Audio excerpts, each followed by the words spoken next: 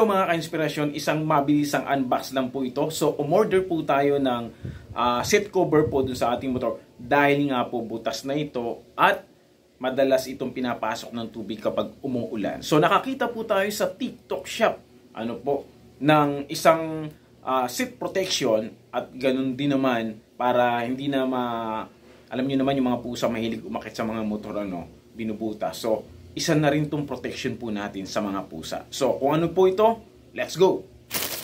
Unbox na po natin. So, nagkakalaga nga po pala ito ng 174 kasama na po ang delivery fee. So, ayan, nakabalot naman po siya, kitang-kita. At ang kulay po nito ay kulay black.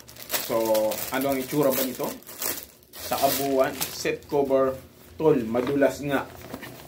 So, kung mapapansin po ninyo, makapal siya. Yan.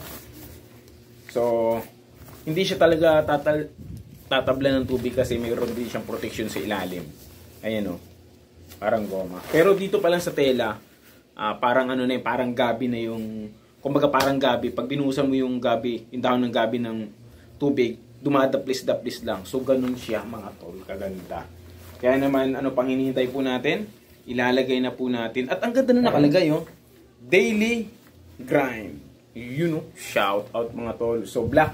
Sakto-sakto po ito doon sa ating Click 125. So, meron po mga iba-ibang klase ng motor. So, pipiliin nyo lang po kung para saan yung seat cover na kukunin po ninyo. So, ito, pang Click 125. So, papakita po namin sa inyo mga kainspirasyon mamaya kapag nilagay na po natin sa ating pong motor. So, maraming salamat sa suporta. And God bless po sa ating lahat. Peace, pag-ibig, boom!